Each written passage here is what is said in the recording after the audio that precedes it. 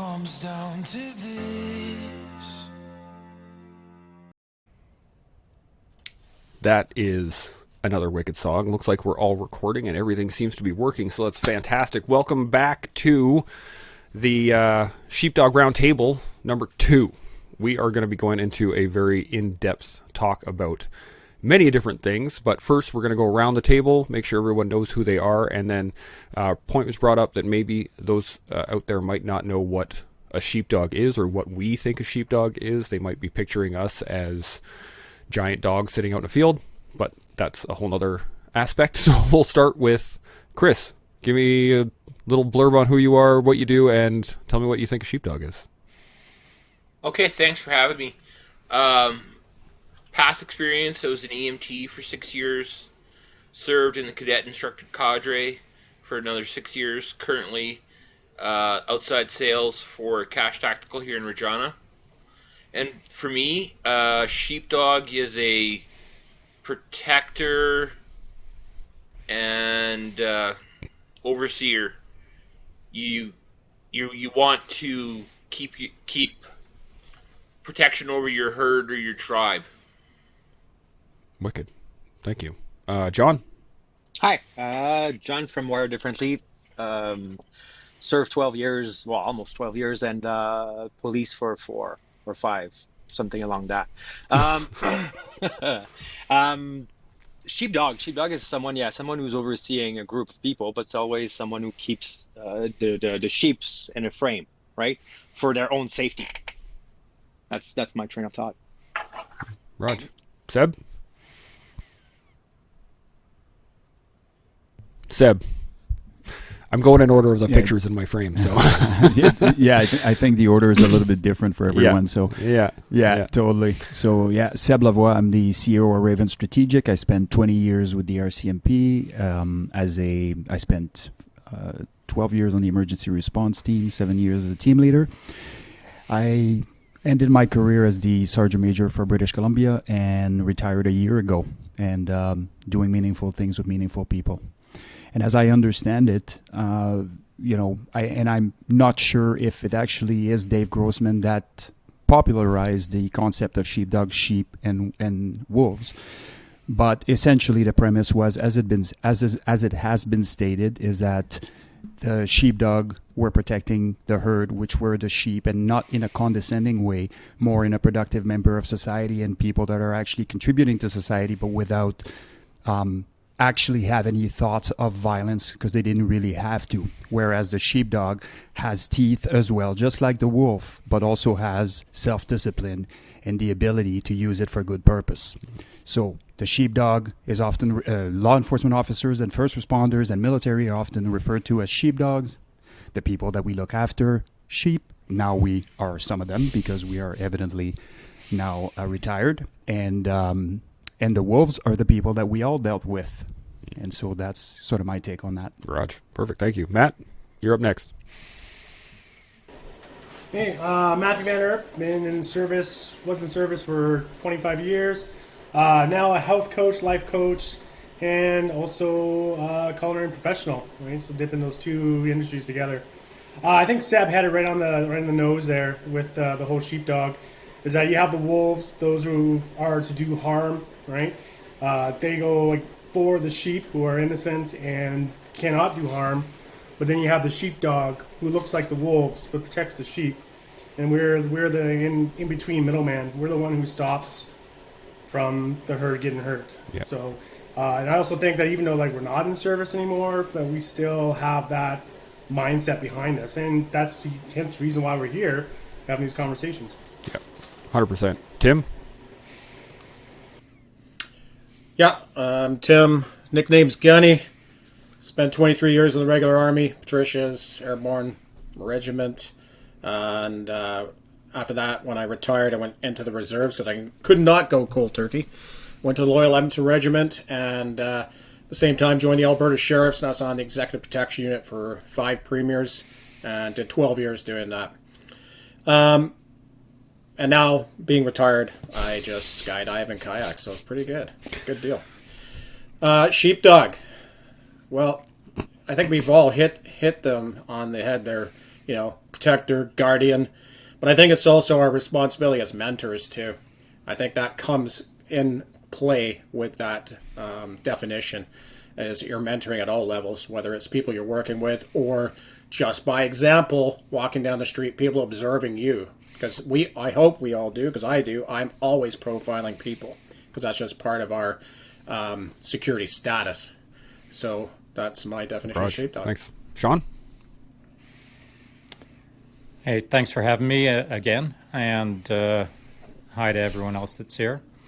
So my name is Shaun Taylor, and I served 13 years in the Canadian Armed Forces as my first career, retiring as a warrant officer out of a Tier 1 unit, and went on to have several other careers, leading me to this point, recently retired / working with awesome other guys like Seb. Currently, my opinion of what a sheepdog is has already been put out there by the guys who were speaking before me, but I think the only thing I would like to add is I think the truest definition of a sheepdog is that law enforcement, first responder, and military. It is a typical definition, but I'd also like to add anyone who's like-minded in the sense of having a broader perspective of what's going on around us as a society. And I don't want to define it as sheep and sheepdog. I would just say a group that is just getting on with living their life as best as they can, and then another group that is just got a broader perspective of the greater world around us. That would be my definition of a sheepdog. Corey? Good evening, everyone. For those that are listening that don't know who I am, Corey Hatt from Mad Hatter Industries, a veteran-owned apparel company with mental health initiatives as a focus. 20 years now in the Canadian Army Reserves with the military police. I've done every rank up to platoon warrant and now currently platoon commander for 32 MP platoon. Have done some tactical training as well, and they had some experience on a tactical unit for 5 years. Only one as a team leader, not as much as Seb, but certainly to join everyone on the discussion of sheepdogs. I think Seb really nailed it. Everyone had some good points to add in. I think the real key thing to think about here, some other terms would be, I'll add to Tim, when it talks about mentorship, we train to hunt and kill. And then in this golden age of the veteran renaissance and police and emergency and first responders coming together, round table in this sheepdog discussion, I think it's pertinent that we change the tone to seeking and growing. And in terms of mental health and resilience, those are a lot of things sheepdogs can provide. Also, the insights that we see, the way we're profiling, looking at people, we see the wolves in sheep's clothing. We see them for what they are. We're also those that assist hunting the wolves at night. There are those that are a little bit sharper at the tip of the spear. But that's essentially part of the role that we take, whether it be uniform with the military or police or otherwise. It's that mentality that goes out and trains hard for a war that is inevitable, that'll come, whether it be faith-based or whatnot. There's always going to be conflict, and I've always liked the term of it's better to be a warrior in a garden than a gardener in a war, but it's always it's good to be ready and vigilant. And I think with the discussion we'll have tonight, there's a lot of good takeaways that those that are listening in the audience, I think we're live, Chance, so for those that are listening, some good takeaways from the end of this discussion I think that we'll have around the sheepdog philosophy. Yeah, 100%. You know, the thing that always tripped me out about the sheepdog philosophy with Dave Grossman, at least, was I think Jordan Peterson put it really well when he was like, you can't be harmless, right? You have to be capable of great violence and then have that under check.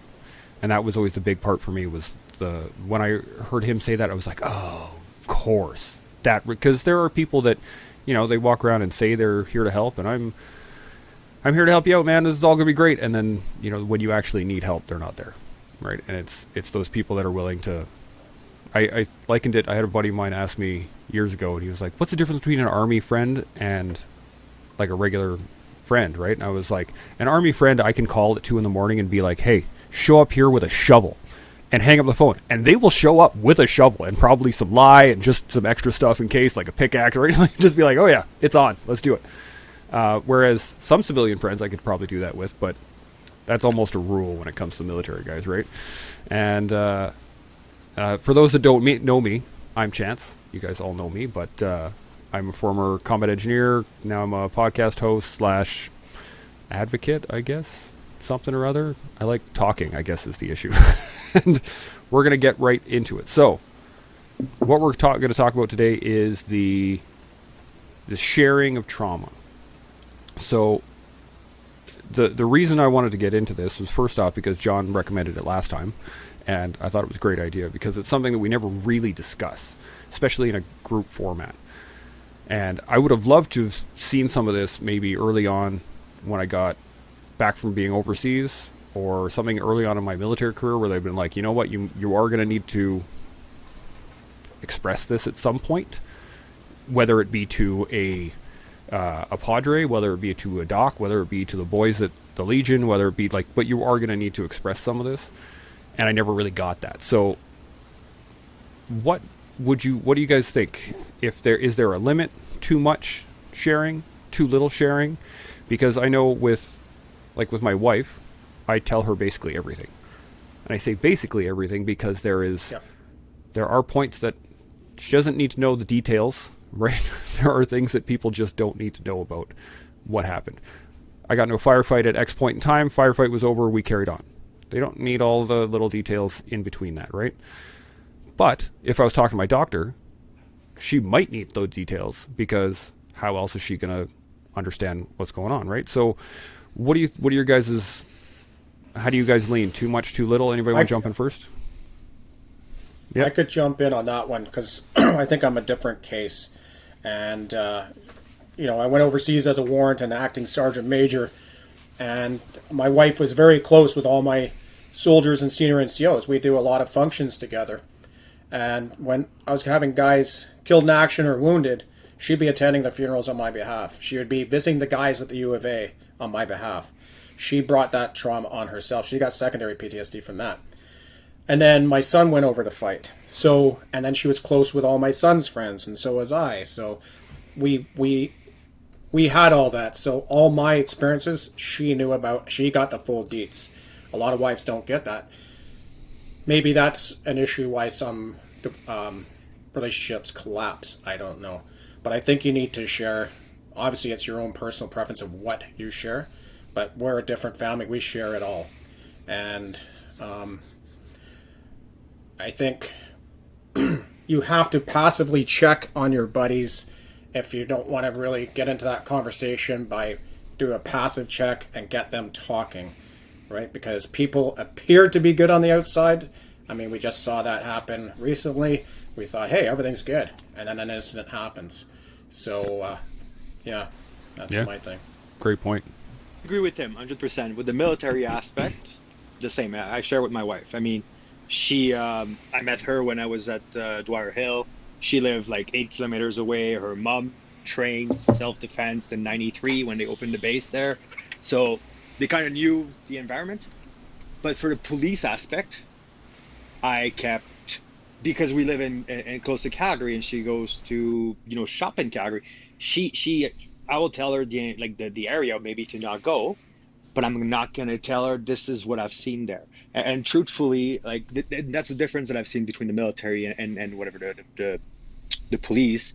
Like when I picked up an 18 months old that was hung, I'm not going to tell her how it was. Like I saw a baby dead, right? You know what I mean? Like there's stuff like this. And for my son, and I'm curious about Tim, because I mean, your son's serving. So my son is 4 years old. I'm not going to tell him this right now, by all means. And he wants to be military, he wants to be police, he wants to be whatever it may be.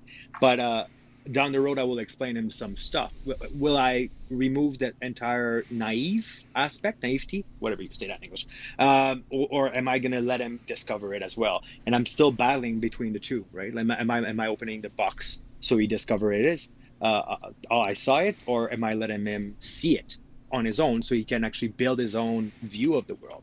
Because I don't think, because with the PTSD, I see the world pretty dark and pretty unsafe. Let's put it that way, right? So I don't want him to have that picture of the world. I don't think it'd be fair for him. I think he should discover it on his own. Yeah. Anybody else want to jump in on that? I think he needs to be briefed, at least, give him the tactical knowledge behind being safe. And again, we were a different family where, my son was included on everything, functions, and, I'd have the troops over at the house and, next 12, and he's listening to these guys. These guys are 18, 19 and into punk, and my son's into punk. And then my son joins the Army, and then he's deploying overseas with those guys that he met when he was 12. So he was hearing these stories. So it's just a different aspect. But I think you need to inoculate your son with the situational awareness piece for sure. Seb? Yeah, I think I'll jump on there because I'm a good example of what happens if you do it when they're too young, perhaps. I was an open book, and I had no issue discussing with my girls. In fact, they're now 15 and 13, but at the time they would be a lot younger. And it would be in the truck with me, and all of a sudden a call would come in on a stabbing somewhere in Coquitlam or wherever, Surrey or fucking whatever. And then eventually what would happen is, I would tell them the actual story and how it ended and all these other things. And my goal was always for them to understand that the world isn't all sunshine and rainbows. But what ended up happening is they were too young to process some of that information, and their anxiety really rose up, right? So I created some anxiety. So there is definitely a way, in my opinion, after looking back on how I miserably failed at this, I think there is definitely a way of sharing the lessons that you have learned, knowing that you have negative bias, and also overcompensating for that negative bias by giving them a fuller picture. Unfortunately, in policing or in the military, and we discussed this last time, we are dealing 100% of the time with the 1%, and somehow that becomes our 100%. But it really isn't. It's still just 1%. We just were, tasked with dealing with it. And so I think that's the best of both worlds, where you wait for them to be you give them a little bit, you wait for them to be a little bit older. You have their sharing experiences, and you're sharing the pros and the cons and everything to give them a fuller picture, the picture that you don't have. That's my thoughts on that. Yeah, that's a great point. One of the stories I tell quite regularly on my podcast is that my granddad was an engineer in World War II, right? He went 70 some odd years before I got back from Afghanistan, and him and I had to sit down, and we had it was a really little chat, right? But the thing that I took from it, I sat down and he gave me this little nod, right? I'm sure you did it with your son, Tim, when he first came back, and you were like, right? And I realized in that moment that he went 70 some odd years. He never went to a Remembrance Day ceremony. He didn't go to Legion. He didn't talk to Army people. He never talked about the war. And he thought he was a coward. I found out about this much later, actually after he had died, that he thought he was a coward for the whole time. Even though he volunteered to go, even though he went overseas, even though he has the France and Germany star, which means he saw combat in France and Germany, right? And he was spent the whole time mostly building railroads. So it was, to me, I'm like, you're absolutely not a coward. You stood up, you raised your hand when they called, and you went and did your job. But he went 70 years never talking about it, never speaking to another person, not actually talking to one of his brothers, not explaining it to my grandmother, his wife.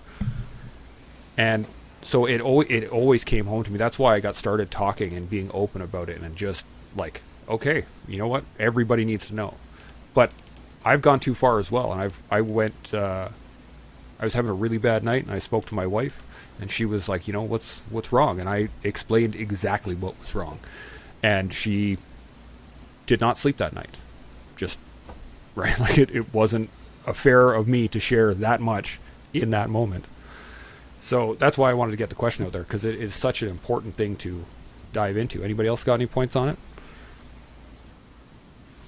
Yeah, sure. I'll hop in. First, I guess what I'd like to do is establish maybe a little bit of framework so that can kind of get my conversation at least in context. And so I think really there's two things to look at. There's the internal piece and there's the external piece. And we're responsible for both. And so the internal piece being that we have to be okay with ourselves and how we are operating within ourselves in respect to trauma. So that what I try to do is my yardstick, I calibrate it against, am I happy or not? And if I'm happy, and I'm keeping it very simple now, if I'm happy, then internally, how I'm dealing with any traumas that I'm dealing with, I'm doing a pretty good job.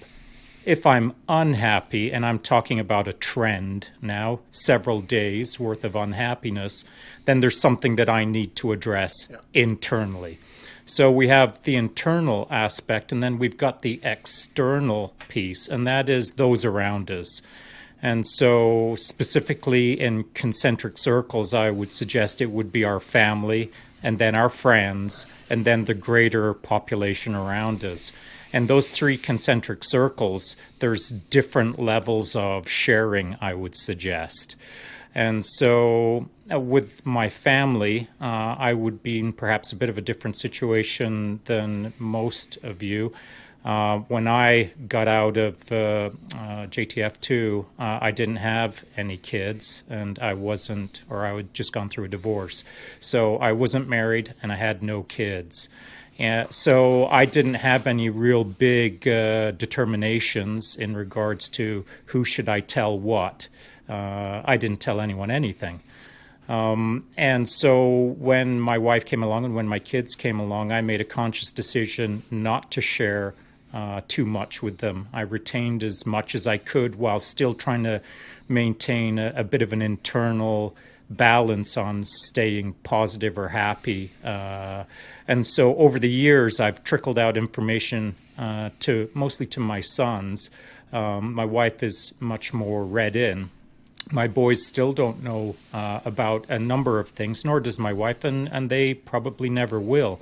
But as the years have gone by, I've added more and more levels to that game. And so to bounce back to what Seb was saying and his perspective, or perhaps he said a little bit too much a little too early on. And I don't know if I believe that or not, because for each person it's a different situation. But for me, I tried to trickle it out on a age basis rather than try to get it out based on what I felt I needed to say. So I think there's really two almost at times diverging pieces to this, if you will. Yeah, that's great. That's a great point. Anybody else want to bounce on that? I'm very similar to what Shaun said. It's a layered approach for me. That significant other, friends, family, and then there's some of the guys from this group who where they fit in may shift, their position may shift according to what's going on. Or I've got a really good friend of mine he was my field trainer for EMS, and him and I, for years, it'll be like, you get a phone call, hey, what's going on? Nothing. It's like, yeah, BS, what's going on? And you develop some of those relationships where or you can tell that individual's hurting, or they want to talk to you, or they want to share, but they may not want to share. They want you to start talking or bringing it up. When the Humboldt Broncos bus accident happened a couple years back, that was 15 minutes from where I lived at the time, and there'd been another major MCI at that intersection that my buddy and I attended. So for the next week and a half, there was multiple phone calls. Hey, what's going on? Nothing. Okay, what are you thinking about? What's on your mind? And it went either way. It was either him or I, and it was just a it was something that my ex-wife at the time, I could talk to her about. But unless you've been there with your field trainer, your fire team partner, it's at a whole different level. So it's a very multi-level thought from in my mind. Yeah, makes a lot of sense. Corey or Matt, you want to jump in? Yeah, Add well, anything? I can at least talk about a few things that I've gone through, and the wife wasn't the wife at the time when I first deployed, but she's been around not only for myself, but for all the folks that I deployed with, and she knows the relationships that I've gone through with different members in terms of the issues that they've dealt with, and she's just kind of always been there the whole time. And it started off, I guess, with her just getting a kind of basic understanding of what was going on when we were getting our artillery, or we were getting mortared, and we had Artie going out. I'd be on the phone, and I just have to let her go. I'd say there's like a thunderstorm or something, and really it was just incoming and outgoing. But through the years, I've said stuff to her purposely, and I've also said stuff unconsciously at a level of intoxication that brought out some stuff. And then the next day, of course, she'd be like, "Do you remember what you said?" And then it actually has opened up a deeper relationship and understanding with the issues that I've gone through, the things that we've gone through together. I'm certainly not the same person I was when I first got back. I think I was a lot more aggressive and immature, and through the years, and definitely with having kids, that's changed.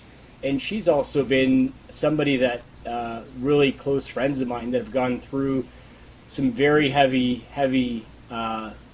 personal experiences with suicide, the contemplation of it, and issues that they've had overseas and injuries. She's been there for them. She's always been somebody that they trust, and she's always kind of been around since the beginning, since the first tour, through my private security experience, through all the issues that not only myself and other members have had.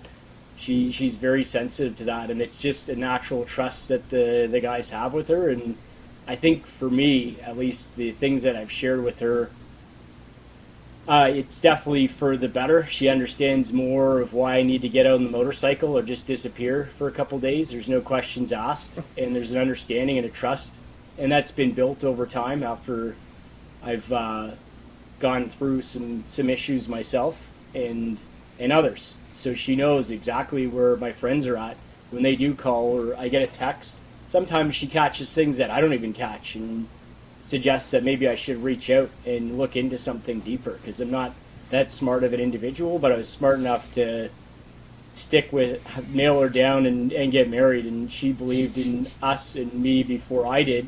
But I certainly think that level of trust and opening up of what I've been through, and the colleagues I've had, whether it be on the teams or overseas, or even the private security folks that I worked with, even the South Africans, the things that they've said to her, shocking for sure. But she's not been like, it's nothing been traumatic to the point where she's had issues with it. It's just more of a shock, and then that kind of a laugh, because you understand the dark humor of how we get through things.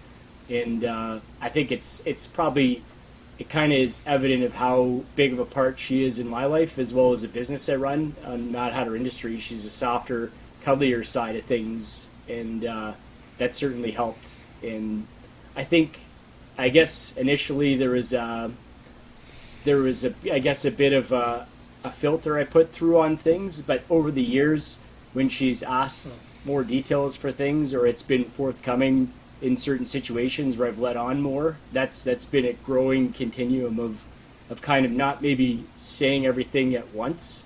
Like, it would be the facts of what happened. I wouldn't go into the details. And we're at a level now where she pretty much understands what's going on with everyone. And that's a good thing, I think. It takes time, and it's really a judgment call on yourself and your comfortability and where you're at. In terms of kids, mine are so young. I don't know what I'd say when they start asking me questions, but I don't think I'd lie to them. I'd tell them what I think they need to know, but probably nothing more than that. Yeah. That's, it's exactly why I got this thing started up, is so that we could actually discuss these things. Because again, we don't ever talk about this. I don't recall ever talking about this at all. And I just want to remind everyone, I just noticed it myself. Breathe. Let the tension out of your shoulders. Everything's cool. We're all good here. I just noticed it myself. I wanted to hammer that down. Who did we just lose? Yeah. We just lost Chris. Hopefully he gets back and we can jump in here. But it's great.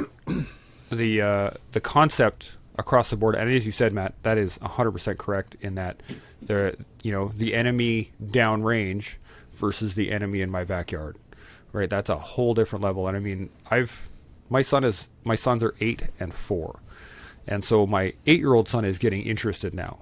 So he starts to see the Army stuff. He starts to, when I talk to Army guys, he can see the difference, right? My youngest is 4.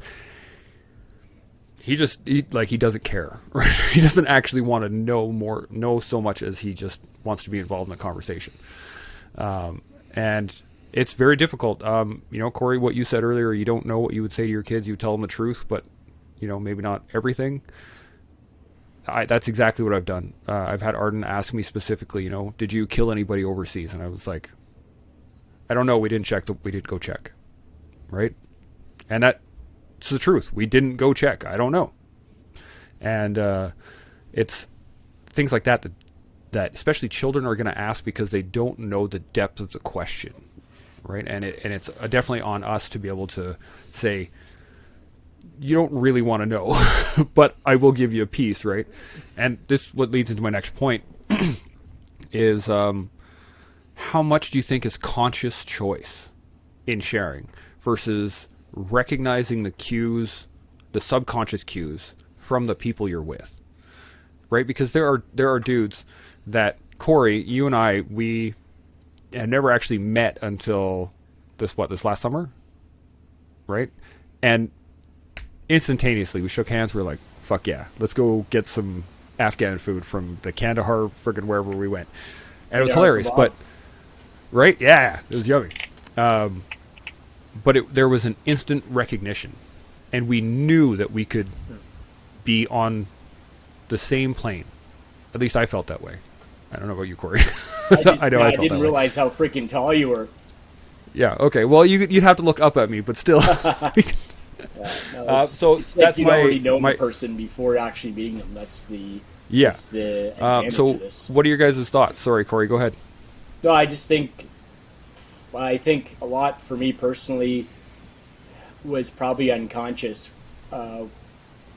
Giving details and things that divulged kind of just came out going through my own healing and the process of the things that you do when you go back overseas, or you just go straight into something that escalates and ramps things up.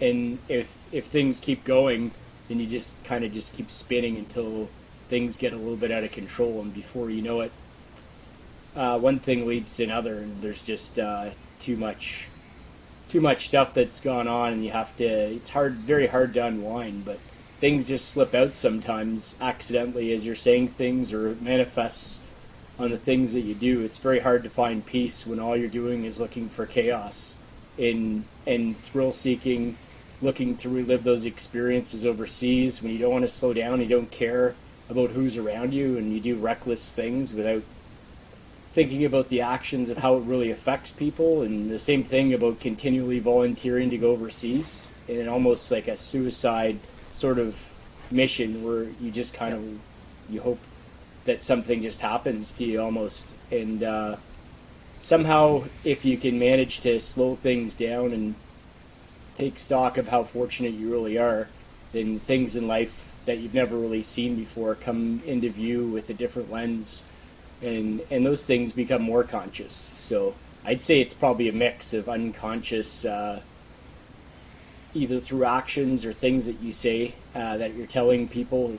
Sometimes it could be actually signals for help, and when you do get that help, then the conscious decision of making those actions and those reparations come forward. But healing yourself, I think it really matters in terms of the relationship you have with your significant other and those that are close to you on how you decide to divulge that information. But a lot of us, I guess, have trust issues without those that are within the inner circle. We don't divulge a lot of details.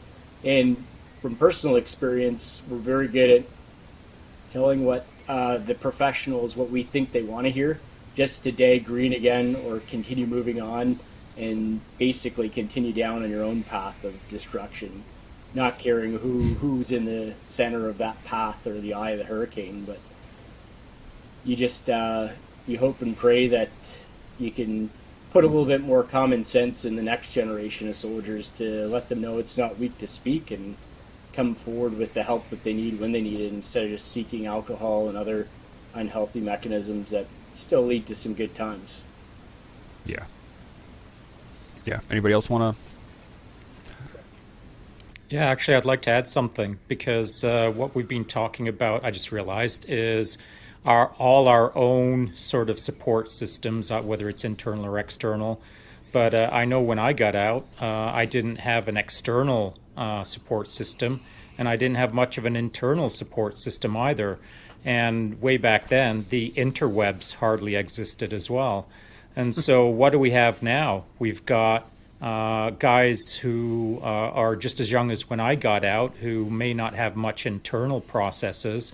And if they are a single guy or single girl and they don't have a shoulder to lean on, then what do they have? They've got the interwebs.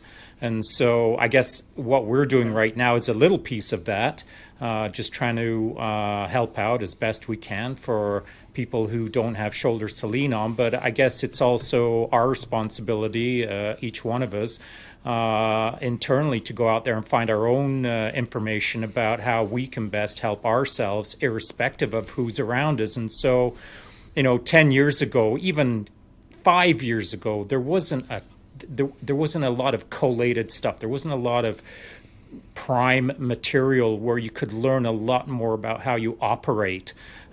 Sure, there's lots of people out there 10, 15 years ago who had answers, but they just weren't connected. Well, now a lot of people are connecting, and a lot of information is being collated that's easy to understand, easy to assimilate.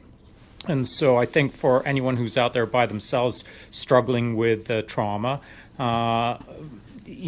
this kind of thing that we're doing right now is pretty useful to get a perspective on how others dealt with it as they move through the process, or how they're still dealing with it. And sorry to add to that, my bad. The social cues that we're talking about, the subconscious and the conscious cues that are evident out there on the interwebs. You look at Instagram. I don't do Facebook at all, but Instagram is an example. You kind of start to get a feel for how people are operating on the day-to-day. And if someone was pretty cheery, and then another lockdown comes up, well, sure, everyone's a little annoyed, and that should take 2, 3, 4 days to settle down and recalibrate on something that's positive, rather than continuously being buried in the negativity. But if someone's hanging on to that negativity for 1 week, 2 weeks, 3 weeks, 4 months, well, if they're that negative, then there's some internal processes that need to get sort of reevaluated, I think. So it's not just putting information out there, but it's also paying attention to the information that others like ourselves are putting out, and making sure that calibration or that vibe that they're putting out makes sense for them. Yeah, absolutely. Anybody else want to add? I want to push. John? So 2 things. What Seb said about like the 3-tier, if we can call it, like, home, boys, and whatever, like if you want social, like you were talking about that, Seb, and what Matt said about the mask, right? So there's various things, and it goes as well with, I remember as a cop, I would go to Tim Horton at like, 7 o'clock after a bad call, and we would openly talk about it, right? And then you have my grandma sitting on the side of us who's hearing our story, we're horrible. I don't think we should have done that, personally. Like, some people should not know what's going on, because it's going to create that anxiety, it's creating that fear or whatnot. But if you as well, like, and when I speak about home and let's say our friends. I know when I was diagnosed, I would go out with my wife, see our friends, like a couple friends and whatnot, and she's like, you go out and you act like everything is fine, right? Because there's a form of shame into it due to stigma and whatnot is related to it. And then you come back home and you're so triggered about driving outside, driving in Calgary, or facing stuff, or seeing things, or driving into a place you've seen things, that you're horrible at home, right? So there's the mask is, I think, sometimes a big problem. And now it depends what we're talking about. Are we talking about the fact that you're going through PTSD or traumas? Or are we talking about the fact that we've seen traumatic things, right? Because those are two different things, right? This is all you did not digest the trauma, but this is a trauma, the action of whatever you've seen, which I think are separated, right? And all you expose that to society, it's different.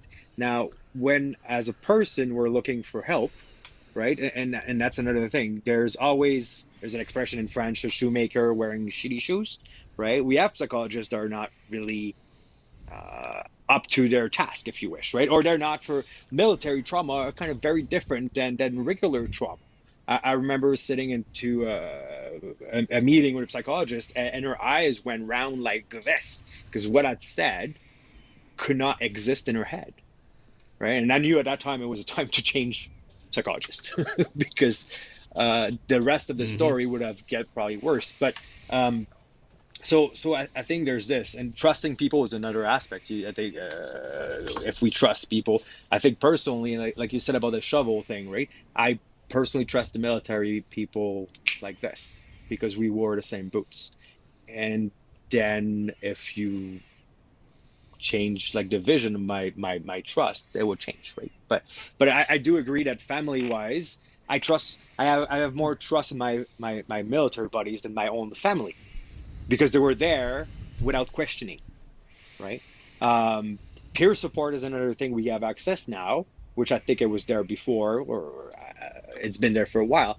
Now, again, if you open like everything in peer support and you don't open at home, you're going to pay the price as well, because there's no balance, right? And your spouse need to know what the hell's going on with you. Why are you freaking out? Why are you so stressed?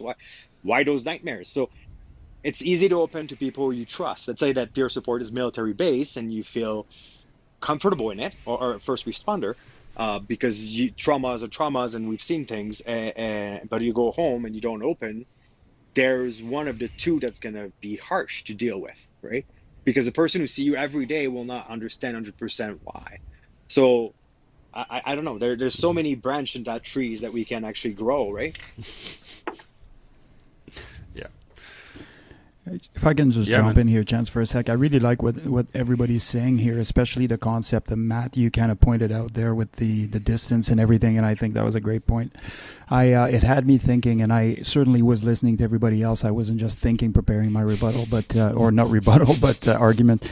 But one of the one of the things that we haven't discussed is, what if you are continuous on duty, so you are now not only sharing, but you are continuing to work in whatever field of endeavor you're in, and that makes a big difference. And I've mentioned that, I think, on the last one, but with my guys, say, on the team, I have seen it where guys would not share with their loved ones because on account of creating anxiety, or they knew that their spouse had an anxiety problem, and I totally respect that. That's their set of circumstances and everything. However, I think it has to be discussed that there is a cost to this job, and you will pay it, whether you're going to get injured, hurt, or physically or mentally and emotionally. And you have to realize that if you're painting this picture, this perfect picture of what it is like when you go to work and how you sit in the office and do certain things, and all of a sudden you're the one that gets dumped on a call somewhere, somebody is going to have to explain to the person you never told what it is that you do on the daily, and that resentment that you won't be there to explain, post-event, or maybe you are, or maybe you're lucky and you are, or maybe you're not. And so now you have an entire family. It'd be like, if I was to make a correlation, and I don't like to use the spousal correlation, but I will use one. Imagine if you're cheating on a spouse, which you definitely shouldn't be doing, and you die in a motorcycle accident. Your girlfriend shows up at the funeral. It's like, good luck. Like, how is that person ever overcoming that type of transgression and the resentment that goes along with that. So for me, that's another, I guess, an important piece. How much do we share while we are still active, so that we can share the burden? Because I don't think that people have an unimpeded right to walk around without knowing what it is that we see. It causes us too many issues. It's the same with the military side. If we have an opportunity to share the burden as a society, the sacrifice that we're making on account of the collective needs to be carried by everybody, not just 10 people that keep it quiet to themselves. And it's the same with law enforcement. So we kind of need to split that difference, you know? Yeah, 100%. One of the things I've always said when it comes to the society portion of this is that you need to, the population should see the toll it takes, right? They should see the fact that it actually costs something, right? That's why I think, veterans should be more in in leadership roles, in positions of authority, because we have a breadth of experience to pull from. Even if you don't have, multiple deployments, just the level of, I can't say this for everybody because we all know some people that shouldn't have been there, but pretty much in general, we should be in a forefront of our society. At least I believe. Service can kind of do that for you, but it's a whole other thing. Did anybody have any more points on conscious choice versus subconscious cues, or do you want to keep rolling? Yeah, I think there's one thing. Go ahead. Sean, I'm jumping in, Sean. I think one thing with the mask, right, is there's also like two masks you got to think about. There's the mask that I wear, not me personally, not people. The mask that I wear to protect myself from other people, and there's the mask I put on to protect other people from myself, right? And then you got to learn how to drop that and which one is in play, right? Like when it comes to like all my civilian friends, or like when I was going to school, right? It was always the mask I wore to protect them, because I don't really need them to know, hey, I've been in some pretty shitty situations, or this is what the internal of the body looks like. But then when I'm talking to like family and stuff, and like I don't want to hurt them, that's when I have that mask where I'm protecting them by keeping things in as well.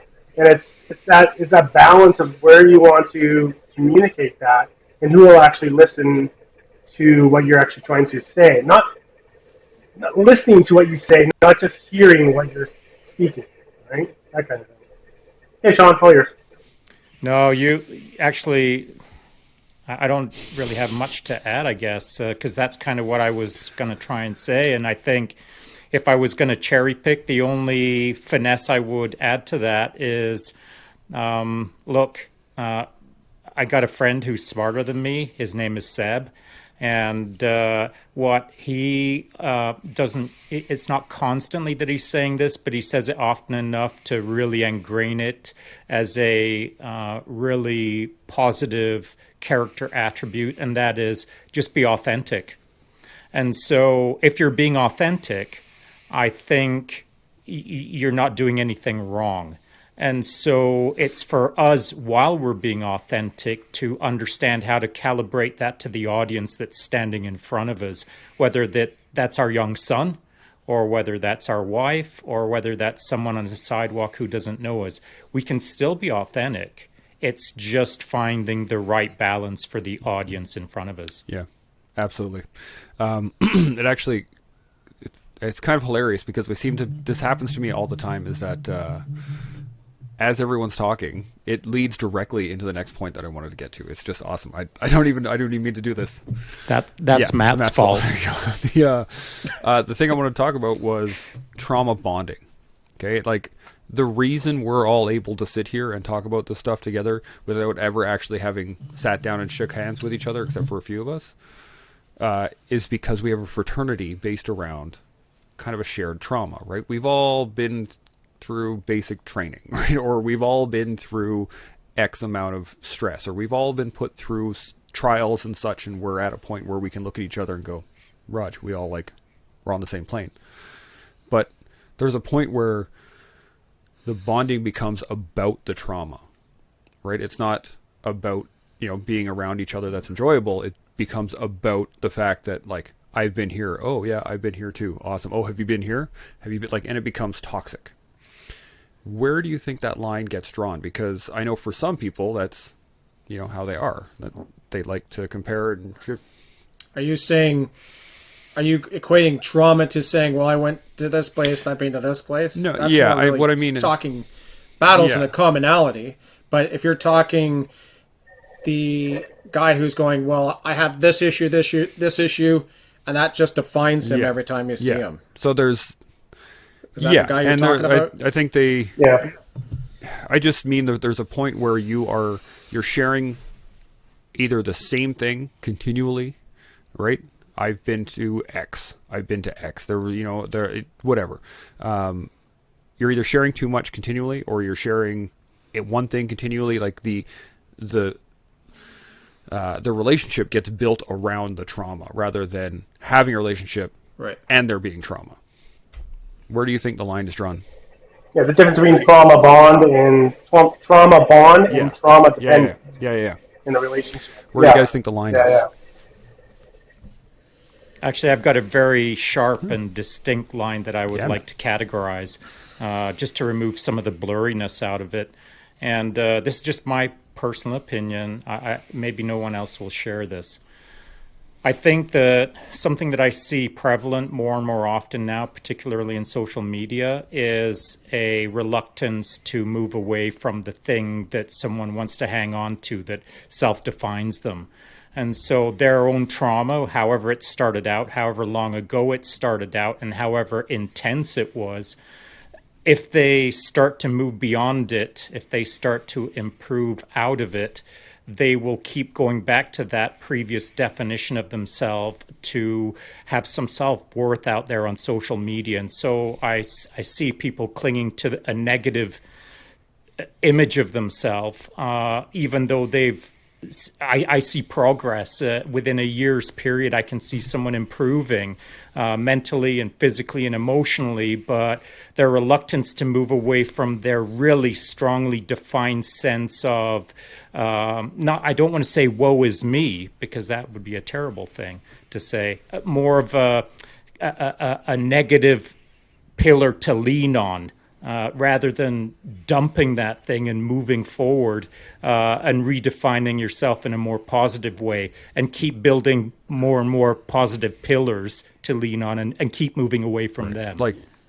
So I was hope just that makes thinking sense. it's like you're standing on rotten foundations, right? And you can either and a you don't want to reluctance get to down leave. to build a new one because you're already up on a pillar. You're just sitting here like, hey, look, I'm above everybody else. Cool. Or I'm gaining something. So would But it be a that's great point. self-identity issue I really then, like it. right? Because I don't think then it's trauma bonding. I think we're talking about a self-identity issue, right? So you have many guys who are, or whatever it is, they will leave the military and they will remain a soldier, right, forever, right?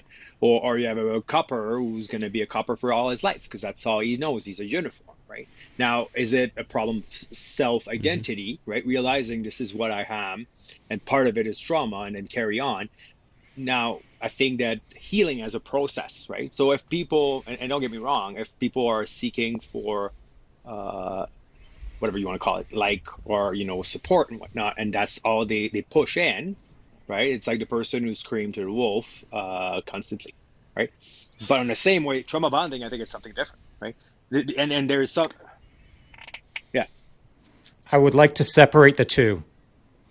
I would like to separate the two in the sense that I don't feel you have to be a soldier to be under trauma, and I don't feel trauma is required to be a soldier. And so I would like to strip out soldier as the definition, or first responder or law enforcement as the definition of trauma bonding, and I would simply like to discuss trauma. And so I think that if we're speaking specifically about trauma, you can bond to it and refuse to leave it because it is your self-identified sense of this is who I am, and I'm comfortable with being in trauma, rather than moving out of trauma, irregardless of whether you're a soldier or not. I think the two can operate together, and they can operate mutually exclusive. Yeah. What's interesting with this too, and hardly ever speak to anybody about this because it generally backfires, but I will anyways. There is a glamorization of trauma going on as well. Yeah. And that's a very, very dangerous trap to fall into. And it goes to the point and it affects the people that are unaffected. And that's a big issue because now you start dragging people that are unaffected into an affected territory because they feel they should be, because everybody else is. And so I dealt with this on the team after shootings or whatever, where some of the guys didn't have any real adverse reaction, not at the time, not to say they won't ever, but at the time they didn't, and they were okay with their decision-making process. They had enough information in front of them to make an informed decision and be comfortable with that decision, and they were okay with it, and it wasn't an issue. But they would come to me and essentially question their sanity for having been okay doing what it is that they did because everybody else was going on in a different tangent. And no, I had to have those conversations. It's really it's good and acceptable to have an adverse reaction to anything, but it's equally as good to not have it. And you shouldn't feel like you are,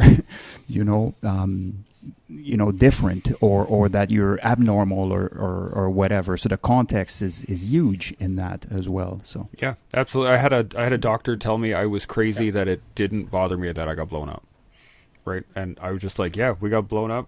Everyone's fine. We're all good. Cool. Like let's fucking move on, right? I'm ready to go. And the doctor looked at me and he was like, I think that's a little crazy. And I was like, good to know, doc. Thanks. But you're right. There's almost a pedestal that you get put on, especially when it comes to social media or in the media in general, right? When you have the broken soldier or the recovering alcoholic, it's about the they're bonding to the incident or the trauma itself, as you were saying, Shaun. Like they're creating a self identity around the trauma. Those are just great like points. Just like anything that we're trying to turn around, we tend to overcompensate on the one side. So it's like we're in this upswing now where we're overcompensating for certain things, and it's creating issues. There's no question about it. Yeah. But yeah, I think you have to redefine that as well, or define it better. Are these people defining their lives with the trauma?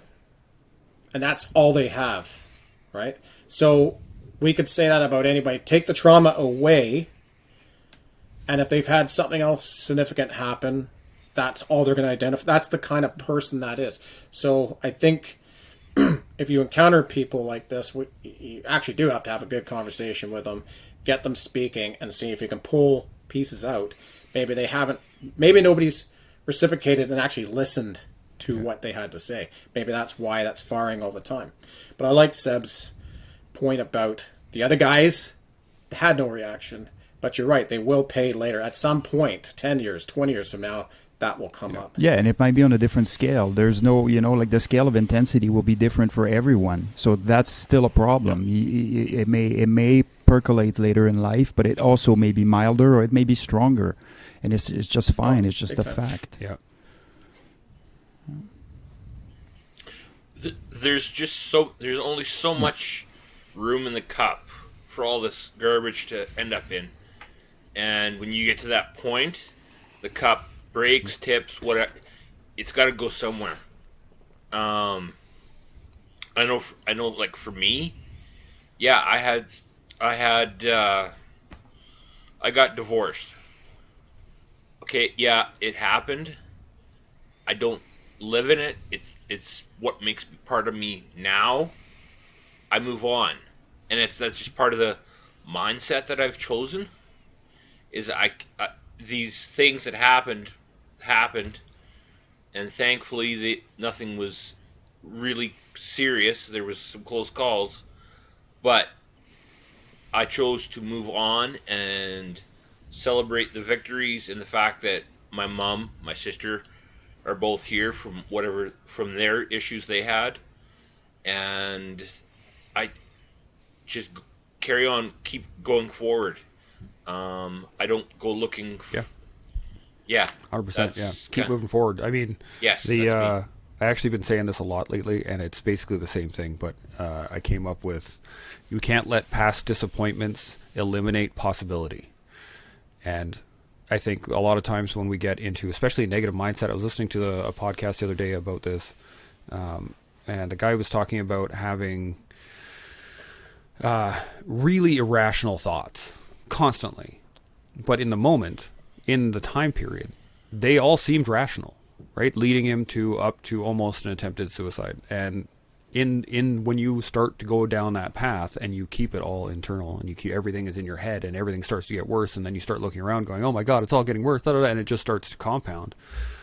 This is where, having those fraternal trauma bonds, right? Being able to talk to your brothers about this kind of stuff is really key.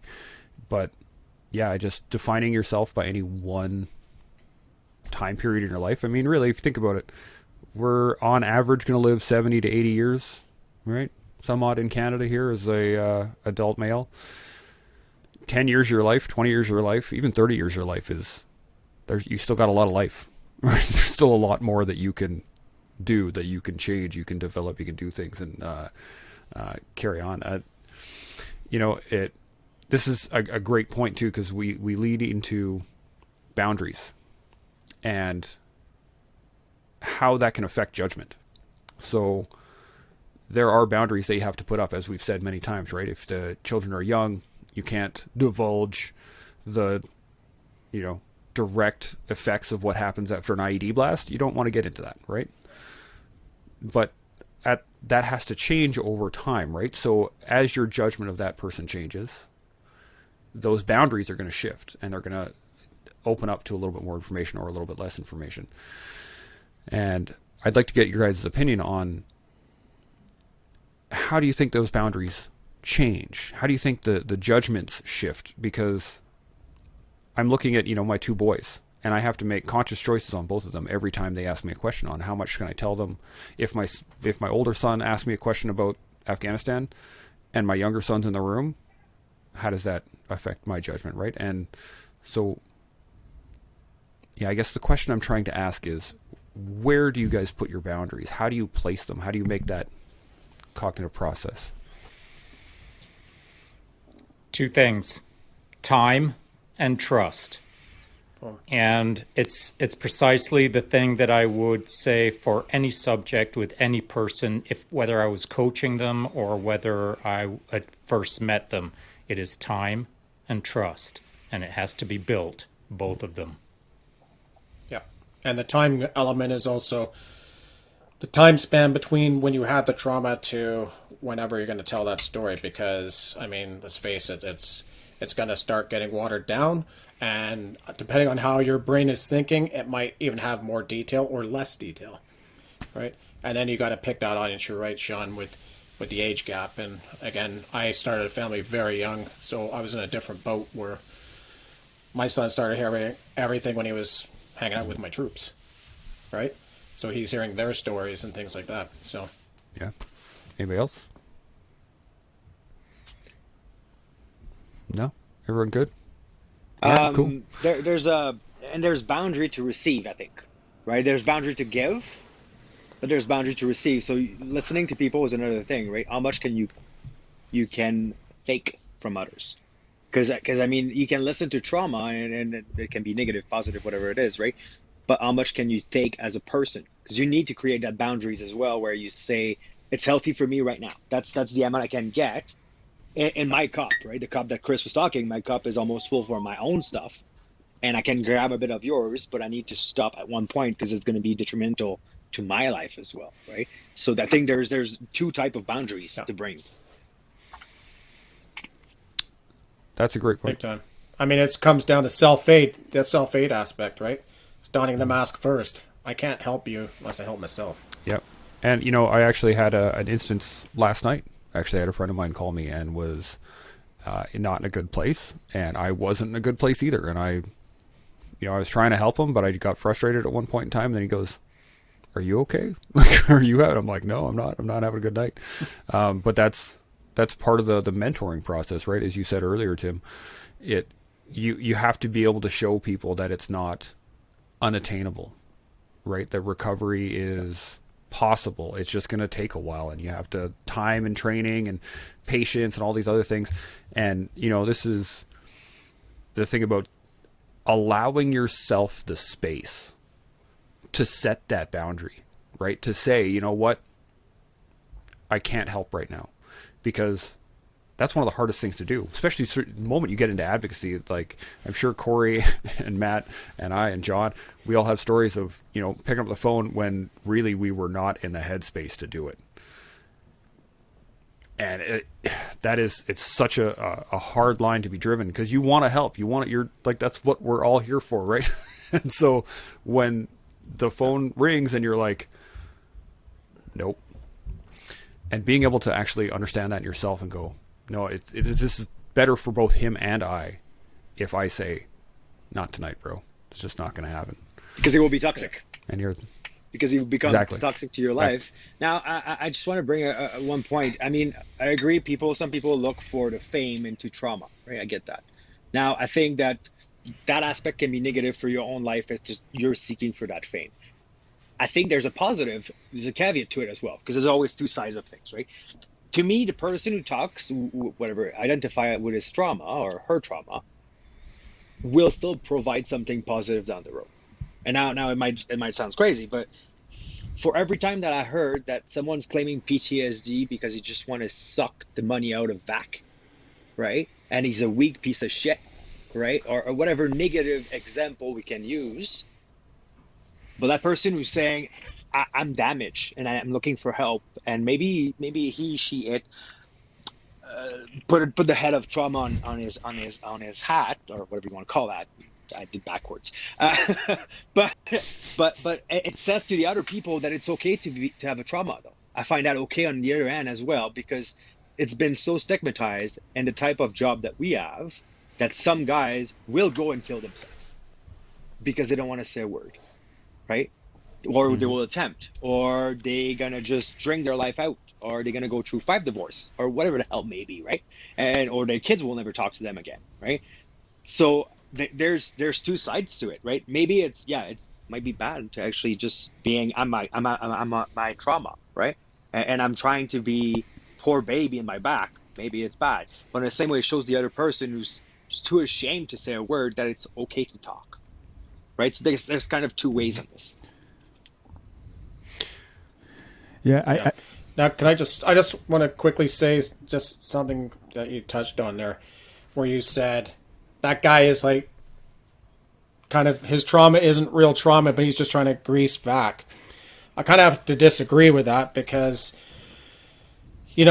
back when you were younger troops and you see the clerks and they're getting the same medal for being in a combat area, and you're like, well, that fucking guy. Well, you got to think about the training in the infantry and the engineers and any combat arms trade. You're inoculated to a massive point of training. So when you're outside the wire, you're in a gunfight, shit's happening, that's your inoculation. Whereas the service support person who's never leaving the wire and staying in Kandahar, and missiles are coming in, that's terrifying for those people. And I try and tell that to my younger troops, like, they got the same medal. It's like, but that was traumatic for them, getting the odd missile into Kandahar. And so that guy might be more mentally messed up than the infanteer who is in 10 ticks. Yeah, Tim, I never because said of the training, that background the person training. is saying that a trauma is less than the other. I was a clerk. I was in Iraq, right? And I was come research before. I was still in front of a desk, right? So I understand. And I heard the comparison from infantry guys that whatever I did was shit, right? So I'm not saying this, right? What I'm saying here is I've heard from a desk place, right? I've heard by supervisor, by up chain of command, that the person is actually claiming having PTSD just to suck off money. So this is a stigma, right? People being weak because they're saying I have PTSD. I'm not saying that the person is lying at all. because I have PTSD Right. from staying at scene. So I know, and I'm 100% there. I don't think we should compare anyways. From you did the infantry job, I'm sure you saw shit, and I'm serious, I've seen shit too, right? So I'm not comparing this because that will be dividing people, and I'm not looking into this, right? I'm just saying like the stigma of saying it is Right. weak to ask for help, right? So I'm all for the guy who say I have trauma and I'm looking for help, all for it, even if she wear the hat as, you know, I want to be recognized with my trauma, right? It's okay, even if there's a negative for his own life or she, to just being seen as someone with traumas. That's what I'm saying, right? It's not comparison. I'm not looking into this at all. Right. So, if I may, you know, John, for me, I think if I relate to what Shaun was saying with respect to the people that are kind of keeping that going, is that everybody loves an underdog story, and ultimately nothing is going to help the people that are watching more than coming out of it. You know, and so if there is a way that, and I'm not, when I say coming out of it, I don't mean no longer living with trauma. I mean living with trauma and doing it, you know, right, and getting better and showing that, because what we are doing is proliferating, or what we're not necessarily doing it, but what we may be doing is proliferating the idea of the trauma and keeping it going forever and ever and ever, where there's never any leap forward. And I'm not talking about a giant leap, I'm talking about step forwards. And so that's where this type of behavior is extremely damaging to anybody watching. All they hear consistently is the exact same thing, and in 3 years that person that's still having the same narrative is now, you know, implicating that there's no way out of this thing. It's like a vicious cycle, and we can't get out of it. So it is extremely damaging. So you're right, there's a little bit of good in that. Yes, the person, you know, I'm here and I speak to my trauma, and there's nothing wrong with it. But once 3 years later, the same person is still paying attention to that same person. And if they take that person as an inspiration, what now? Nothing has gotten any better. Nothing has gotten. So now you're proliferating that. So that, I think, is where the danger lies. So therefore, should we change disorder for injury? Agreed. You know what I mean? Like, but truly, like, because I No, it's the behavior that. go ahead. No, go ahead. Sorry, John. It's the behavior that needs to change. The semantics doesn't matter. Like if what we are after is to be better, a little bit better every day, even if that better for someone is here and for someone it's here. You know, like we have different, but that is way more inspirational. That is way more paving the way and showing that you can get out of it, and that you can live with it, and that you can be successful with it. But if we stew in our own crap forever and ever, so is everybody else following us. Yeah, I agree. It's I think listening to everyone talk on this subject, I hadn't really considered it deeply enough, perhaps, but I'm starting to reframe my thoughts on this a tiny bit, in the sense that, you know, as we are all talking here about this subject, some of us, at least one of us anyway, is probably a thought leader or an inspiration to enough people that things that are being said by that person are being deeply considered. And so, you know, for myself as an example, not too long ago, I was diagnosed with PTSD, and I don't talk about that a lot, but I'll mention it now. But I won't talk about that day after day after day, because I don't want to continuously draw attention to the subject at hand. What I want to do is focus on being 1% better every day, and I want other people to understand that. If I can do it, so can they. And so I try to focus a little bit more on the positive aspects rather than always dwelling on the rear view mirror, as it were. Yeah. No, that's a good point. Go ahead, Matt, and then Tim. I just want to jump in. Just jump in real quick. Basically, what Shaun started with the whole social media, people getting likes for my trauma, and what Seb's saying, like keep it on for years and years and years. That sounds an awful like addiction to a substance. And in this case, it's the dopamine hit. You're getting dopamine hits from actually getting the likes. Oh, people are looking at me. People are agreeing with me, right? It's the same thing as alcohol, same thing as drugs. You're negatively coping with your trauma with the substance. And it just happens to be an external social media dopamine substance, right? So it's I agree with what John and Tim were saying too about that stigma and stuff. There shouldn't be, like, different traumas, different incidents. Chance's story about how he was talking to his doctor, and his doctor's like, "Yeah, you're crazy for being blown up." But I mean, it's all about what you are used to, right? I mean, I bet Shaun, I did get blown up. You drove race cars, right? So I guess there is some commonality. Yeah, no, like in race cars. Yeah, like if you're driving a race car and you spin out at 150 kilometers an hour, you know what to do. You have that training, right? Someone who's driving a Civic Honda down the road and spins out and freaks out, that could be as equally traumatizing as being blown up, right? So it is a perspective thing. It is it's not a scale. You're trauma. You're not. It's a non-binary scale, right? So there's so many intricacies about trauma and stuff and how to get away from the trauma victim and getting back to where I have my buds and I'm bonded with him through this event, but we are growing together. And I'm looking after him because I know she is looking after me. Yeah, this has been just an absolutely fantastic conversation. First off, I want to thank everyone for being on here. I've run out of points. I think we can keep talking, but I've run out of points. But I just want to thank everyone for being on here, man. This has been fantastic. I think we have really dived into a subject, like I said earlier, that really doesn't get touched on, and we've gotten a lot of different points of view on this. It's been outstanding. So first off, thank you, everyone. I can't thank you guys enough. This has just been awesome. I've been sitting in the back of my head, I'm like, just don't smile. This is just because it's been such a great conversation. Does anybody have any final points? Anything else they want to cover? Yeah. Shaun sparked something in my mind here. I think, when we're talking about these guys who are attached themselves to the trauma, I think it's something everybody we have to consider, and if we're in that situation, it's something that has to be managed all the time. It isn't if you're going to see your psychiatrist once a month, once a week. That's not it. It's the other pieces. It's doing physical fitness, interacting with your family. Me, I go for massages. That's my thing. I'll do a massage twice a month, and that helps tune me up. You're always got to constantly tune yourself up, whether it's fitness, psychiatrist, whatever. Because we break our ankle, what do? We go to physio, and that's cool. But saying you're going to the psychiatrist or you're going for a massage to help with these issues, people are like, what's going up? So make it normal. Make it a normal thing. Tune your body to whatever makes you feel good. Yeah, I heard on a podcast the other day that the best way to get, I think it was Jocko that I was listening to, but it was, if you want a special operations dude to do something, just tell him it makes him better.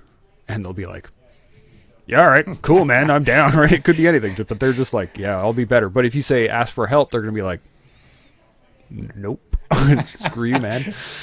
So I think you guys are fantastic. First off, it's awesome. The only point I wanted to add on to that was really everything that we've come down to, I think, across the board it really comes down to understanding that everyone else is everyone else, right? And that you are you, and that your life and your trauma and your capabilities and what you want to do it's up to you, brother. That's it, right? Just like everything in my life is up to me. And if I want to share with people, I can share with people as long as I can keep learning, keep getting better. And, every day, a little bit stronger, a little bit more learned, a little bit more learned, however. Learned. I don't know. But I think that's really the key, right? Is we always say keep moving forward, but it is literally, that's all it is. Just once. Sure. It is moving forward, but if you don't have a yardstick to understand whether you're moving forward or backwards, what is moving forward? And so to go back to what we were discussing earlier, try to understand things through your own internal view and your own external view. And if you're unhappy, then start getting happy. And if the people around you are unhappy, then start making them happy. And that's not a bad yardstick. if you don't have anything else in life to focus on as a yardstick, whether you don't have a therapist or a shoulder to lean on or friends or whatever the case is, you need a simple yardstick. Are you happy, and are the people around you happy? Maybe not all the time, but that's what you should be moving towards if you are in complete absence of any other input. Yeah, and it's interesting because a lot of the conversation went to, what can I deal with on my own, with my own issues, and how. And it's really interesting because I'm sure most of you have watched 14 Peaks, and I'm hoping you have. And if you haven't, make sure to do it. But one of the scenes where Nims has haze, and starts hallucinating and seeing this Sasquatch-looking thing that turned out to be a dude that needed help. There is no doubt in my mind that had Nims not have to bring that guy down, he would have died on that mountain, no question. Yeah. And so I think there's a lot of value, and it's extremely therapeutic to better the collective with, even if we're not feeling 100%. It is incredible how much it can help us. And continuing to do that in various formats, whether on our social media platforms or these types of events or whatever the case may be, and continue to support each other and our respective businesses through the growth and with the ultimate goal and righteous goal to affect the collective positively is going to do wonders, not only for us, but as a return on investment as well. So I will end on that, I guess. Yeah. Yeah, John? Yeah. I have two things. One that I want to bring back. I don't know who talk because I have no memory. And I totally forgot. So, Point one taken care of. Great. Damn. The divide. I think down the road it comes down as well to don't compare yourself to others. Right. I attended last summer a gathering of vets who were at the White House battle. Is it the White House battle in Afghanistan? Yeah. I think that's what it was. And I heard the stories, and I was like, why am I sick? Because those guys have actually something to explain, and I felt really bad about it, right? But truly, those are my trauma. For me, it was traumatic. So whatever, Tim, you said, which I actually, thank you. It makes sense. Because, yes, you are trained to go there, and I'm not, right? Let's put it that way. So...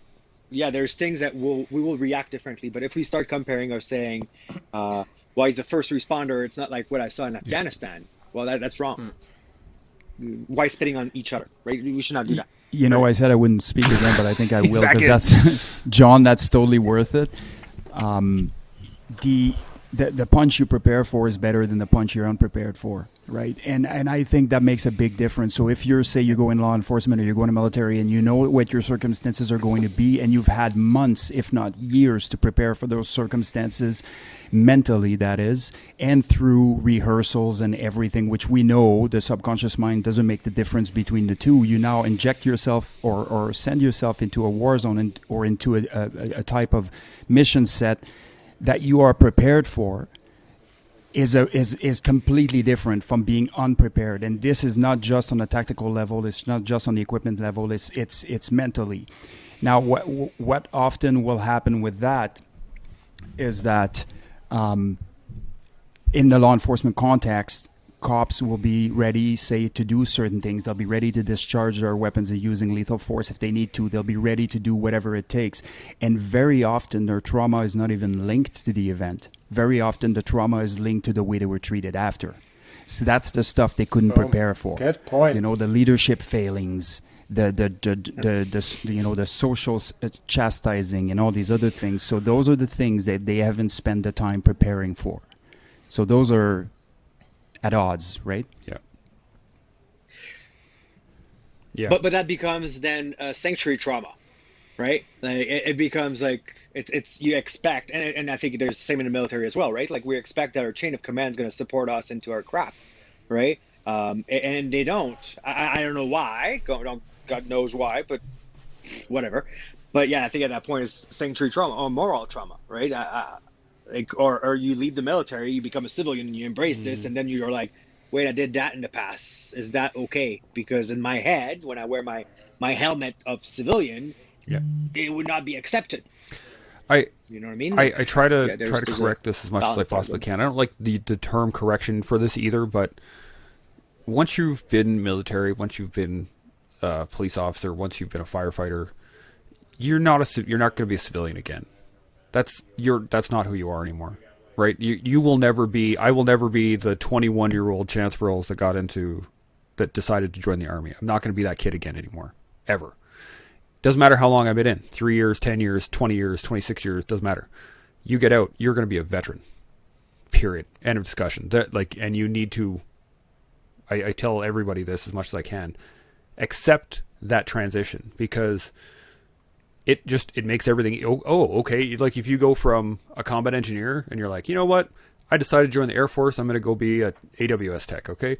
The moment you take that green beret off and you put the blue beret on, you have to go, I am not a combat engineer anymore. I used to be a combat engineer. Okay, just like when we leave the job, right? I was a soldier. I'm not a soldier anymore, but I was. I don't train the same. I don't do anything, all the same stuff. I don't wear the green clothes. I don't shave, right? It's a transition, and I think just the terminology that we use when we start saying, oh, I'm a civvy now. You're not. You won't ever be again. And that's okay. Like, that's not a bad thing. It just understanding that transition into the life of a veteran is, I think, huge in my books. And then I had the only other point I wanted to add on to that was I was actually just speaking with somebody in regards to what you're talking about. And Matt, you and I and Bernie were at the bar one day years ago. And we had that really in-depth conversation on what it is to be a soldier, right? What it is to be a soldier before a war, with a war, and after a war. Because those three people are very different. And the people that became soldiers in the 90s, right? Like yourself, Shaun, did you have any direct thought that you were going to be going to war tomorrow? 80s. Tomorrow, or 80s for you, Tim? Like, did you guys think you were going to war? Sean as well. Hello. No, you both gave of him us. 90s. Okay, well, sorry. 80s, 90s. But, like, I joined in 06, right? Like, I was doing my threes training in the fall of 06 when Aunt Medusa was going down. And we were getting briefings on course going, we lost 3 guys in a IED attack today. This is where you're going. Understand that this is where you're going. And then every piece of training that led up to that put me on the ground in Afghanistan with a metal detector in my hand. And just going back to what you guys were saying earlier, if you were to take the average clerk that, got in the late 90s to pay for school or to help him get a little bit of experience after high school, and all of a sudden he's dropped in Afghanistan doing admin, getting shot at from with indirect fire, like those two people are not prepared the same, right? And I just wanted to really hammer onto that point, because the levels of trauma and the way the brain works and the amount of information that you actually receive ahead of time saying, you know what, you might get rocketed, and you're like, yeah, okay, cool, sure. But that doesn't mean you're going to get rocketed every night for the next 7 months, right? Like so I wanted to really state how great those points were, because they're just so true. So I think you have to remember sorry, go ahead, Shaun. So we've got you raised 3 different categories or subcategories of soldiering, and in my mind, none of those are any different from each other in the sense that either a person has PTSD or they don't. Sure. And of course, if a person has PTSD, of course, there's complex and there's not. And it plays out in different ways, of course. And so no matter what generation it is, if a person is facing PTSD, it is what it is. What I would like to focus on is the path forward is the focus, not the PTSD Absolutely. Being the focus. Regardless of when you served or how you served, it's how you move forward out of the service. Absolutely. Yeah, I just meant that there are different metrics to look at when it comes to trauma, right? Like your the level of training and the level of the mindset ahead of time of what you're getting yourself into changes how you're going to interpret stimuli, right? So if I'm looking for a fight and I walk in and I find a fight, and I'm perfectly ready for that fight, like I'm walking to a boxing ring, the level of input that I'm receiving is going to be different than if I was just walking down the street and somebody slugged me, and then I'm in a fight.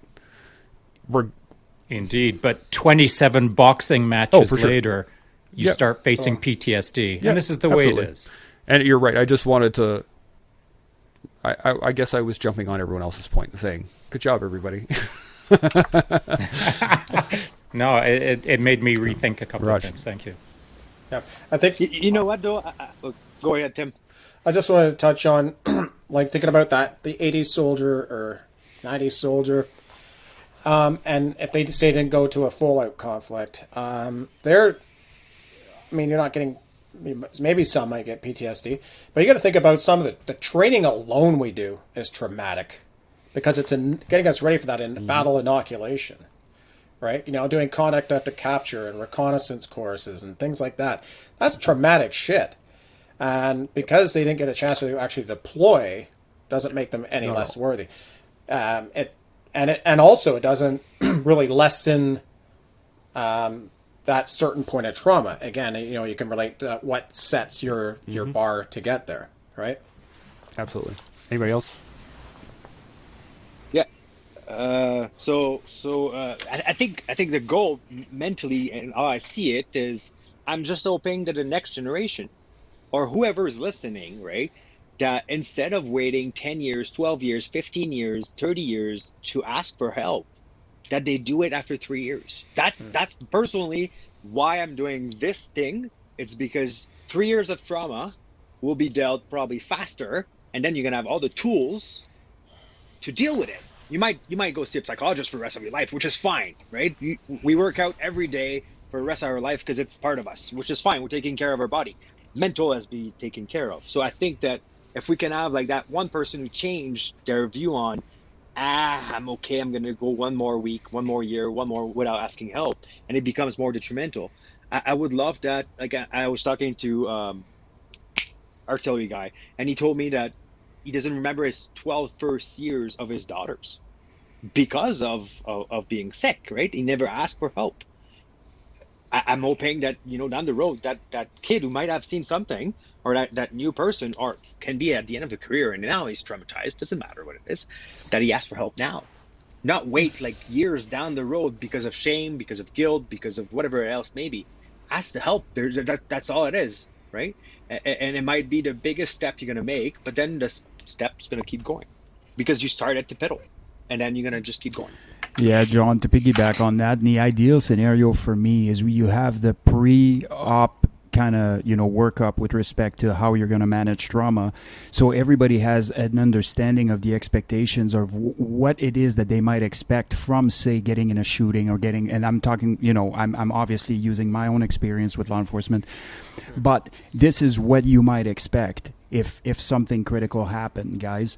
And I know it sounds like this is a lot here because you're going to have to pick up some slack because we're going to send that one person to yoga once a day, post-shooting or whatever, but I'm going to do exactly the same for you. And we are going to pick up the slack for all. So now you're establishing that you're establishing the processes while it happens. So the contact itself and then the post-contact, what does it look like? Well, for most people, while it's been a year, they should get over it. Well, there is no such thing. We know that. We know that the subconscious mind doesn't have a concept of time. So how we're going to support our people in the long run and front load that information, not 3 years later, immediately. It's you get a gun course, you get this kind of course, and you have your management, emotional management, whatever course here.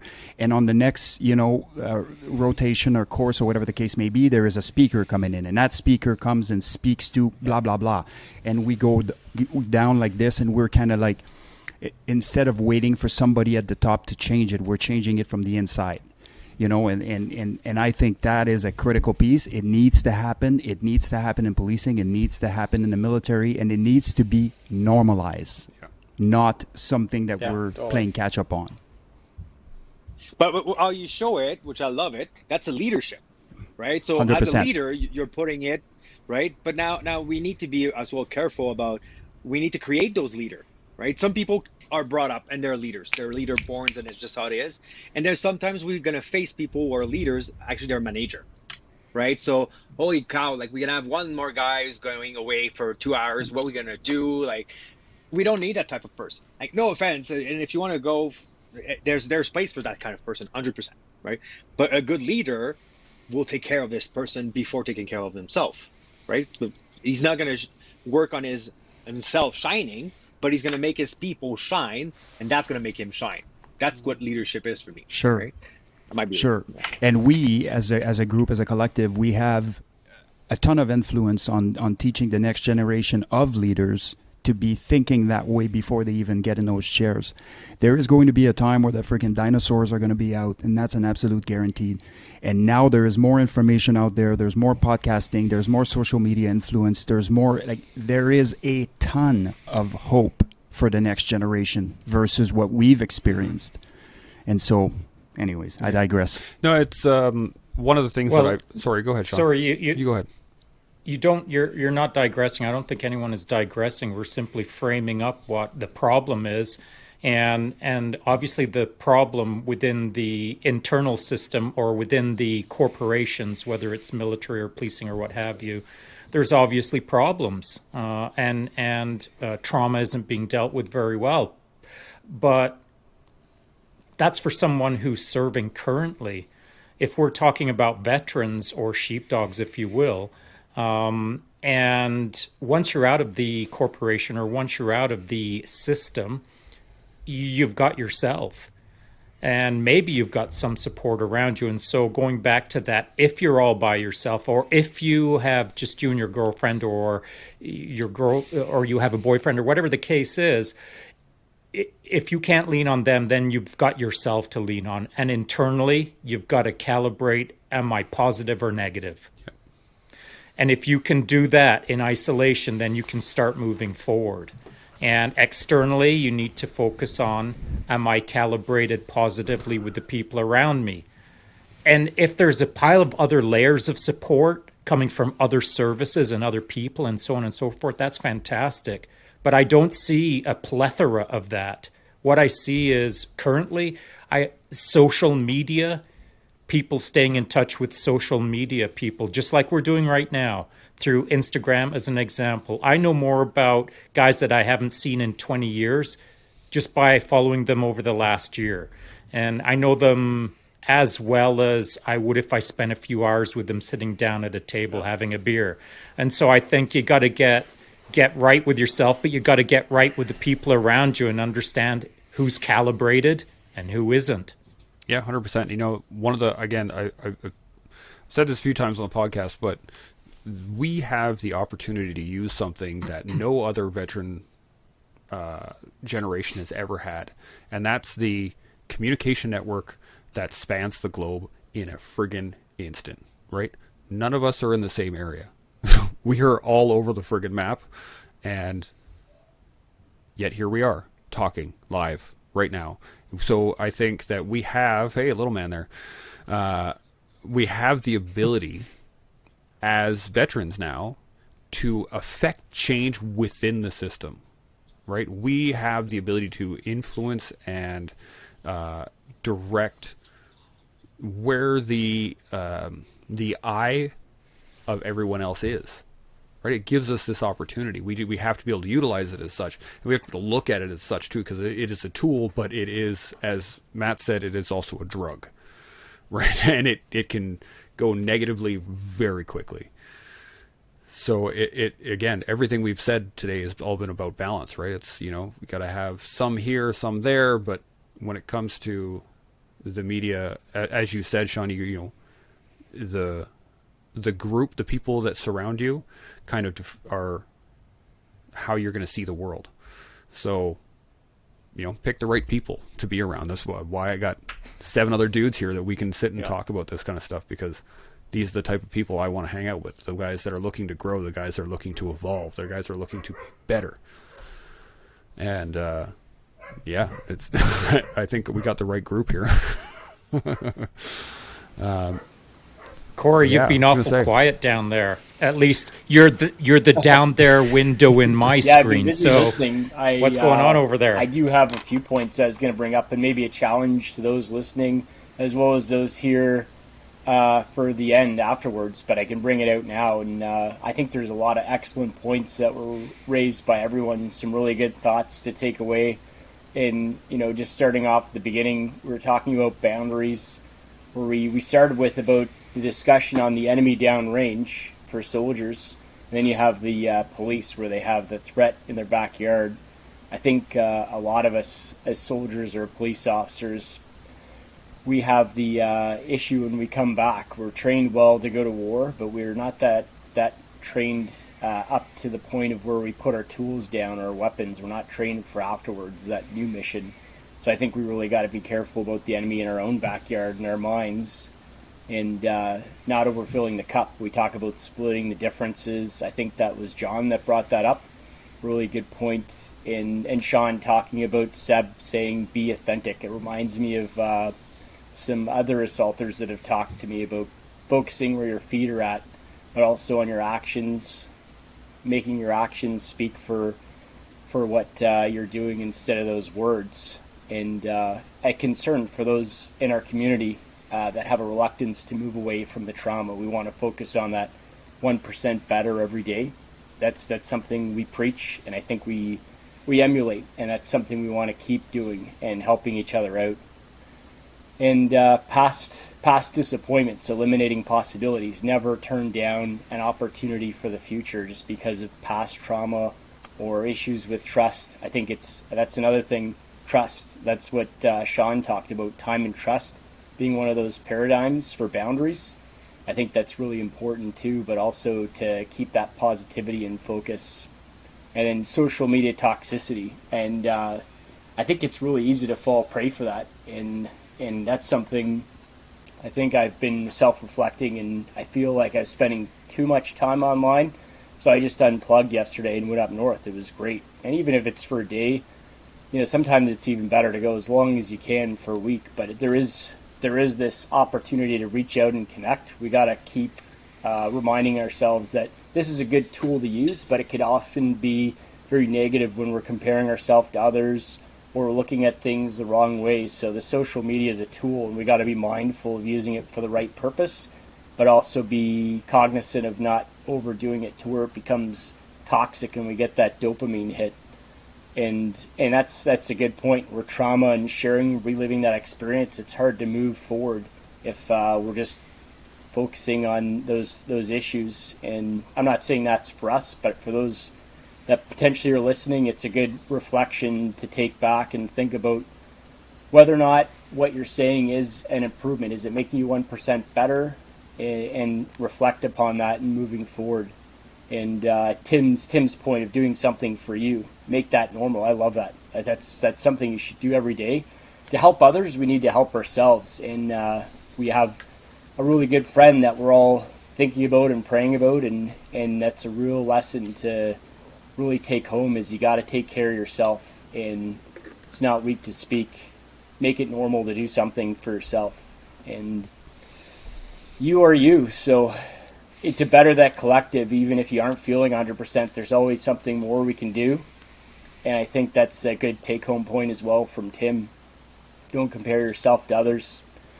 And that punch you prepare for is better than the punch you don't prepare for. So always have that mission mindset and orient. And I don't know where I heard this, but I think it's a really good takeaway for a challenge for us and for others, is that 6 steps, starting with having a positive mindset and doing something for your mind each day to improve your mind, your body, working on your body. For me, my New Year's resolution was more jiu-jitsu. And it's hard to do with the lockdown, but it's still my prerogative that I'm going forward. It doesn't have to be the same thing for everybody, but something you do for your body and your mind every day, your soul, reflection. A lot of people start off with prayer in the morning or in the evening, or even just a positivity journal. I encourage everyone to do that and try and focus on getting more sleep. Like, your body is definitely correlated with how your mind is working, and sleep is a big part of that. We take it for granted. We think working harder is better, and working on those efficiencies, it's not. Sometimes just taking a day off is huge. And then I think that mantra again, focusing where your feet is at. I've heard that from a few times from a few good friends of mine that are assaulters. I really love that focus of where you are now to get to where you need to be. And that's what I'll segue off in terms of the big key takeaways I had from today's discussion, which was really great. And we're all thinking about you, Dave, if you're listening. Yeah, absolutely. Nice mic drop there, Seb. That was absolutely, I think that's a good place to call it. Again, thank you guys so much. This has been just outstanding. Does anybody have any final additions or anything they want to speak to? I know, Tim, you got a new thing coming up this summer. I got no audio on you again. Oh, the time that he's got to talk, and they there we go. Hey, come on. What? So tell me about Pegasus drop, Listen, right? I eat crayons for Christ's sake. So, yes, we've put this initiative together called Operation Pegasus Jump. And what we want to do is get veterans together, serving members, first responders, bring like-minded people together to be challenged out of their normal, everyday thing. For me, my normal thing is jumping out of planes. So I thought, hey, let's get the guys together, get some adrenaline flowing, feel like the good old days, and go jump out of planes. On top of that, we're going to have our fireside chats at night, our debriefs. Everybody get together, and we're going to have a big canoe there and have some fun with that. We're also going to be playing some golf. We're going to take a golf day, and I don't golf. I can't even hit it past the female tee. But we're going to do a best ball, so just mix up the teams, and everybody can have fun. And we also have water sports, too. So we have the, I don't even know what it's called. My buddy owns that business. Where you're on the jet ski, and you're on the feet are elevated, and your water pushes you up. Do you know what that's called? Danger. Fun. Danger and fun. And we have a bunch of kayaks and all the good stuff. So, yeah, we're going to have a good time out there. This is the first one, so we'll see what the turnout's like. Yeah, it's a big commitment. You got to travel to Campbell River on the island. And parachuting isn't cheap. However, I've set up a GoFundMe page. And right now we're doing pretty good. And if I can fulfill that $50,000, hopefully all you have to do is get yourselves to the island, and everything's going to be on the house. Thanks to that's with Rob great McNeil, donations. correct, Tim? That's correct. Yeah. So Rob McNeil is ex-Pathfinder, and beauty. He was in the Airborne Regiment. Somebody should have on this chat. Yeah. Yes. Actually, I got him booked on a couple of podcasts. So if you want to talk to him and his partner, so Rob is a ex-Army guy. His partner of the business is a Master Warrant Officer Sartec, retired, and it's the only veteran-owned drop zone in Canada. So I thought that how fitting to do it on Instagram. Like you go and find it. And all our staff, and all our staff are all ex-military except for one volunteer, and she is just incredible. Just amazing. Shoot me the links. That way I'll put them up in the show notes, and we'll make sure it's spread around on the social media and stuff. Sure. Corey, you just put a new shirt out, right? That's the one over your shoulder? Yeah, that's a great segue for those looking for a badass workout shirt.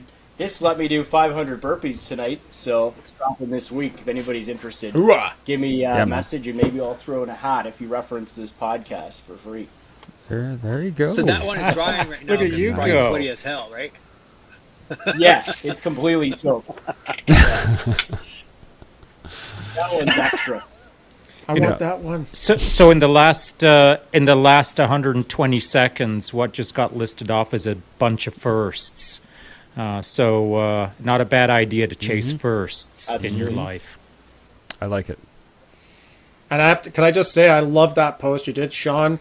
Having those firsts, that really hit home for me. I'm like, that is so awesome. I love that idea. Yeah, and I'm going to use that going forward. Yeah.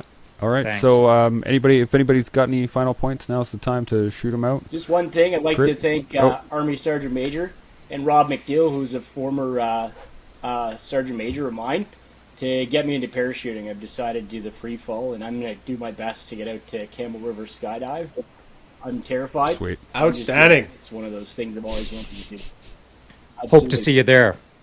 Yeah, good for you. Well Chris, done. you got a final point? I just want to say thanks. It's an honor to be involved with this group of amazing guys. I follow all your social medias, and each one of you is doing your part for mental health and motivating and encouraging me. So I know you guys are doing the same. That there's other people that are feeling the same. And for a guy who likes to talk, I haven't said much tonight, so my apologies. You guys are just a great group of guys, and awesome. Appreciate you being here too, an honor Chris. to be It was here. awesome. Sorry we didn't get you on the last one. I don't know what happened there, but I got so engrossed in the conversation immediately. It was tough to try and sort out the problem afterwards. You got Seb recording this time too, so that's too. Yeah, and Seb's recording this time the whole time through. No issues this time. And from what I know, at least everything should have been live. I haven't checked, but that should have gone live too on Facebook and YouTube. But anyway, we're going to kick this. We'll end this here. And again, thank you all so much. We'll see you on the next one. Right?